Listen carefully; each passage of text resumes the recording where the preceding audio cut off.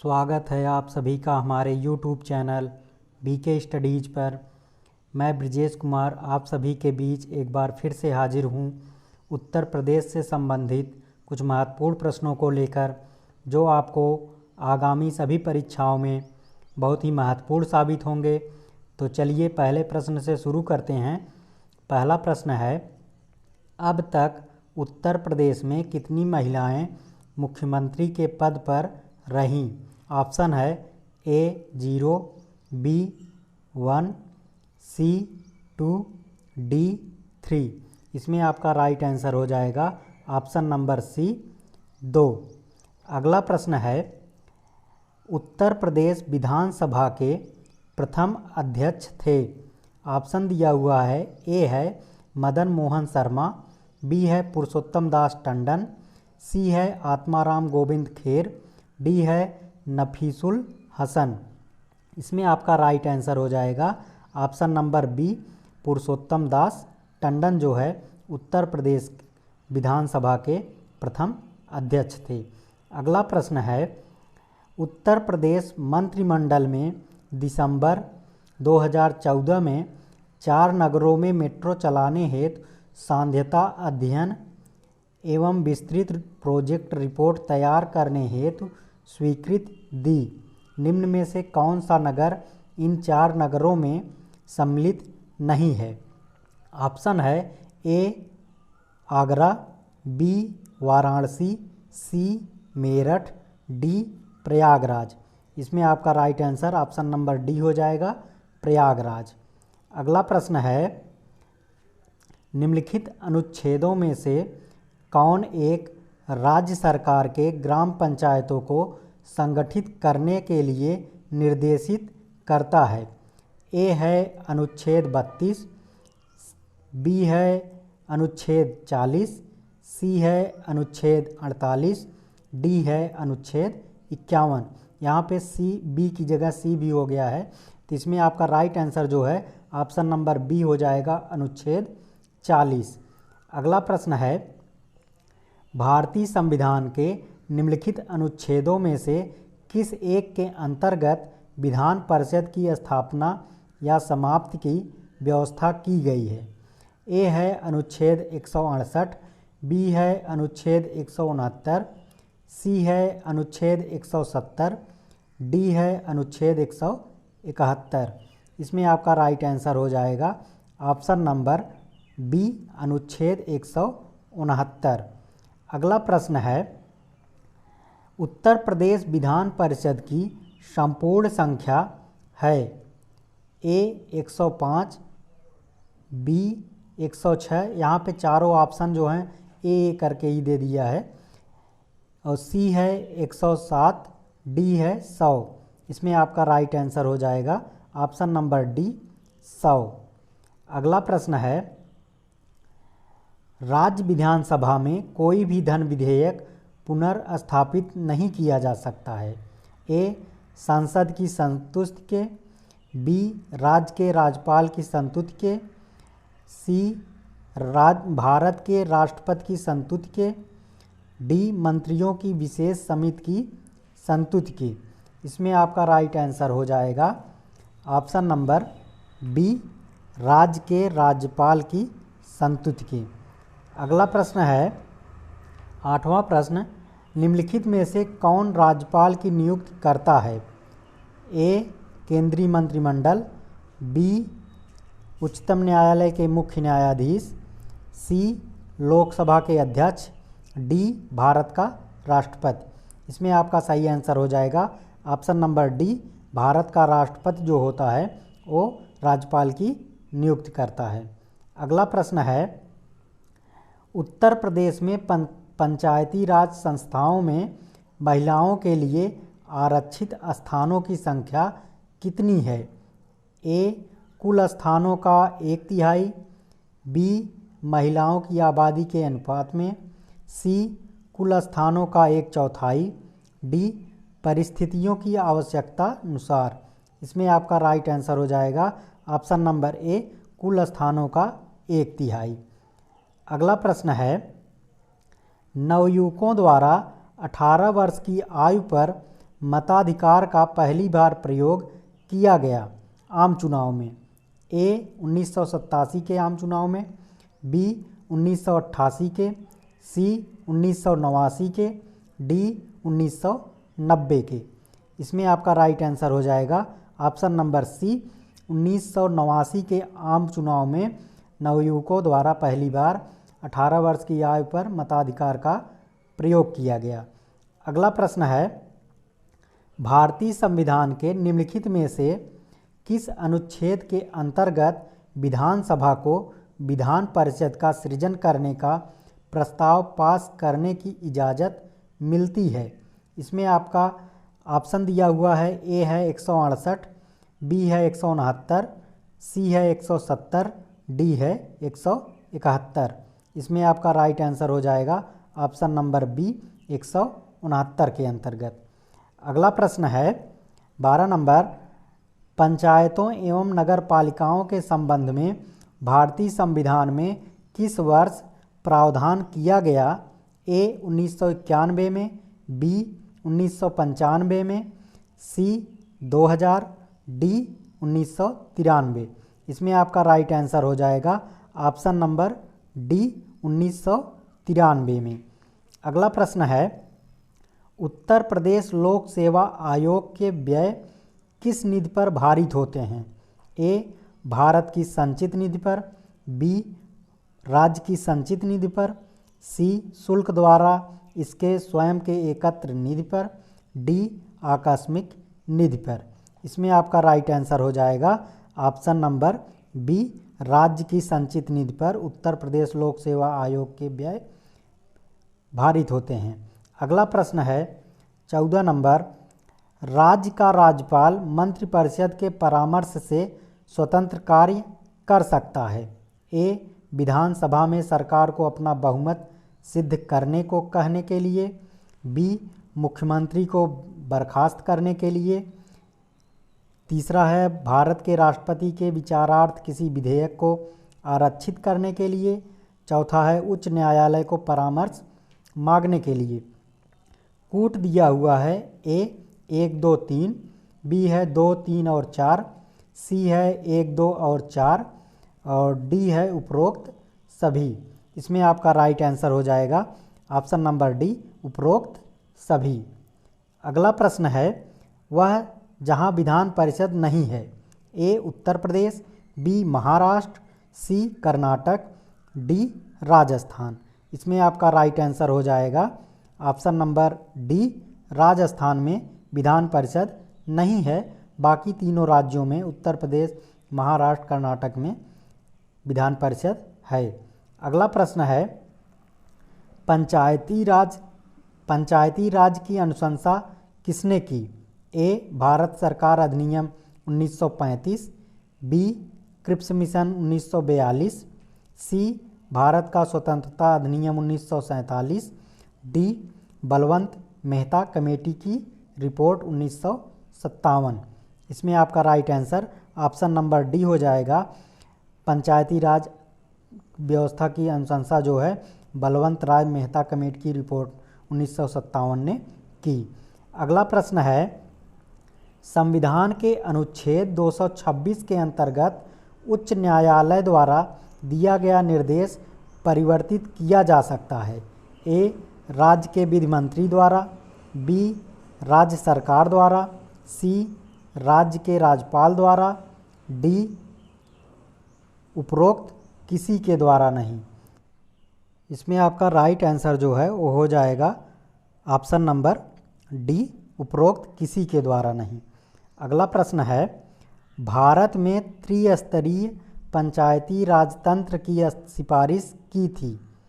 ए अशोक मेहता समिति ने, बी बलवंत राय मेहता समिति ने, सी GKV राव समिति ने, डी LM सिंघवी समिति ने। इसमें आपका जो राइट आंसर हो जाएगा ऑप्शन नंबर बी बलवंत राय मेहता समिति ने भारत में त्रिस्तरीय पंचायती राजतंत्र की सिफारिश की थी। अगला प्रश्न है, किसी भारतीय राज्य के राज्यपाल से संबंधित निम्नलिखित में से कौन सा कथन सही नहीं है? पहला है ऑप्शन ए, वह भारत के राष्ट्रपति द्वारा नियुक्त होता है। दूसरा है वह 5 वर्ष तक पद पर रह सकता है। सी है, यदि संबंधित राज्य की विधायिका उसे पद से हटाए जाने के लिए प्रस्ताव पारित करती है तो वह पदमुक्त किया जा सकता है। डी है, वह एक से अधिक राज्यों का राज्यपाल हो सकता है। इसमें आपका राइट आंसर जो है वो हो जाएगा ऑप्शन नंबर सी, यदि संबंधित राज्य की विधायिका उसे पद से हटाए जाने के लिए प्रस्ताव पारित करती है तो वह पदमुक्त किया जा सकता है। यह कथन जो है सही नहीं है, बाकी तीनों ऑप्शन सही हैं। अगला प्रश्न है, निम्न में से कौन जनता द्वारा प्रत्यक्ष निर्वाचित होते हैं? ए प्रधान, बी दूसरा है क्षेत्र प्रमुख, तीसरा है जिला पंचायत अध्यक्ष, चौथा है सरपंच, पांचवा है पंच। कूट दिया हुआ है, ए है 1 2 3, बी है 1 2 5, सी है 1 4 5, डी है 1 व 5। इसमें आपका राइट आंसर हो जाएगा ऑप्शन नंबर सी 1 4 5, यानी कि प्रधान, सरपंच और पंच जो है जनता द्वारा चुने जाते हैं। अगला प्रश्न है, भारत के किसी राज्य में विधान परिषद सृजन अथवा समाप्त की जा सकती है? ए संसद द्वारा, बी किसी राज्य के राज्यपाल की संतुति पर राष्ट्रपति द्वारा, सी मंत्रिपरिषद की संतुति पर राज्य के राज्यपाल द्वारा, डी राज्य विधानसभा के तत्संबंधी संकल्प को पारित करने पर संसद द्वारा। इसमें आपका राइट आंसर हो जाएगा ऑप्शन नंबर डी, राज्य विधानसभा के तत्संबंधी संकल्प को पारित करने पर संसद द्वारा। अगला प्रश्न है, उत्तरांचल गठन के बाद उत्तर प्रदेश में कितने विधानसभा क्षेत्र बचे हैं? ए 401, बी 202, सी 403, डी 404। इसमें आपका राइट आंसर जो है वो है ऑप्शन नंबर सी 403, जबकि 404 भी हैं लेकिन 403 सही है। अगला प्रश्न है, कथन दिया हुआ है, ए है पंचायतों के प्रधान, प्रमुख तथा अध्यक्ष के पदों में महिलाओं के लिए जिनमें अनुसूचित जाति, अनुसूचित जनजाति तथा पिछड़ी जाति की महिलाएं सम्मिलित हैं, आरक्षण से उनके क्रियाकलाप में एक सुस्पष्ट परिवर्तन आया है। कारण आर, ग्रामीण क्षेत्रों की महिलाएं इस आरक्षण की मांग लंबे समय से कर रही थी। उपरोक्त वक्तव्यों के संदर्भ में निम्नलिखित में से कौन सा सही है? कूट दिया हुआ है, ए है ए तथा आर दोनों सही हैं तथा आर ए की सही व्याख्या करता है। बी है ए तथा आर दोनों सही हैं परंतु आर ए की सही व्याख्या नहीं करता है। तीसरा है सी है ए सही है परंतु आर गलत है। डी है ए गलत है परंतु आर सही है। इसमें आपका राइट आंसर हो जाएगा ऑप्शन नंबर सी, ए सही है परंतु आर गलत है। अगला प्रश्न है, संविधान के मसौदे में निर्वाचित राज्यपालों के प्रावधान की मूल योजना को छोड़ दिया गया था क्योंकि ए पहला है इसका तात्पर्य होता है एक दूसरा निर्वाचन, दूसरा है निर्वाचन प्रमुख राजनीतिक मुद्दों पर लड़ा जाता है, तीसरा है निर्वाचित राज्यपाल अपने को मुख्यमंत्री से बड़ा मानता, चौथा है राज्यपाल को संसदीय प्रणाली के अधीन ही कार्य करना था। इसमें आपका कूट दिया हुआ है, ए है 1 तथा 2, बी है 2 तथा 3, सी है 1 3 तथा 4, डी है 2 3 तथा 4। इसमें आपका राइट आंसर जो है वो हो जाएगा ऑप्शन नंबर सी 1 3 तथा 4 जो है वो आपका सही हो जाएगा ऑप्शन नंबर सी। अगला प्रश्न है, पंचायती राज एक व्यवस्था है। ए पहला है स्थानीय स्वशासन की, दूसरा है जैव संबंधों के समान त्रिस्तरीय प्रणाली की, तीसरा है लोकतांत्रिक विकेंद्रीकरण की। चौथा है पद सोपानिक संरचना की। कूट दिया हुआ है। ए है 1 और 2 सही हैं, बी है 1, 2 और 3 सही हैं, सी है 1 और 3 सही है, डी है 2, 3 और 4 सही हैं। इसमें आपका राइट आंसर जो है वो हो जाएगा ऑप्शन नंबर सी, 1 और 3 सही है। अगला प्रश्न है राज्यपाल के संबंध में क्या सही नहीं है। यहाँ पे सही नहीं पूछा जा रहा है, क्या सही नहीं है। ए है उसकी नियुक्ति राष्ट्रपति करता है, बी वह 1 से अधिक राज्यों का राज्यपाल हो सकता है, सी वह 5 वर्ष तक पद धारण करता है, डी राज्य व्यवस्थापिका द्वारा हटाया जा सकता है। इसमें आपका जो कथन सही हो जाएगा वो है ऑप्शन नंबर डी, राज्य व्यवस्थापिका द्वारा हटाया जा सकता है। यह कथन गलत है, option number D right answer हो जाएगा। अगला प्रश्न है किस राज्य का लोकसभा तथा राज्यसभा में प्रतिनिधित्व सबसे अधिक है। ए उत्तर प्रदेश, बी मध्य प्रदेश, सी महाराष्ट्र, डी आंध्र प्रदेश। इसमें आपका राइट आंसर जो है वो ऑप्शन नंबर ए हो जाएगा, उत्तर प्रदेश। अगला प्रश्न है निम्नलिखित में से कौन उत्तर प्रदेश की प्रथम महिला मुख्यमंत्री थी।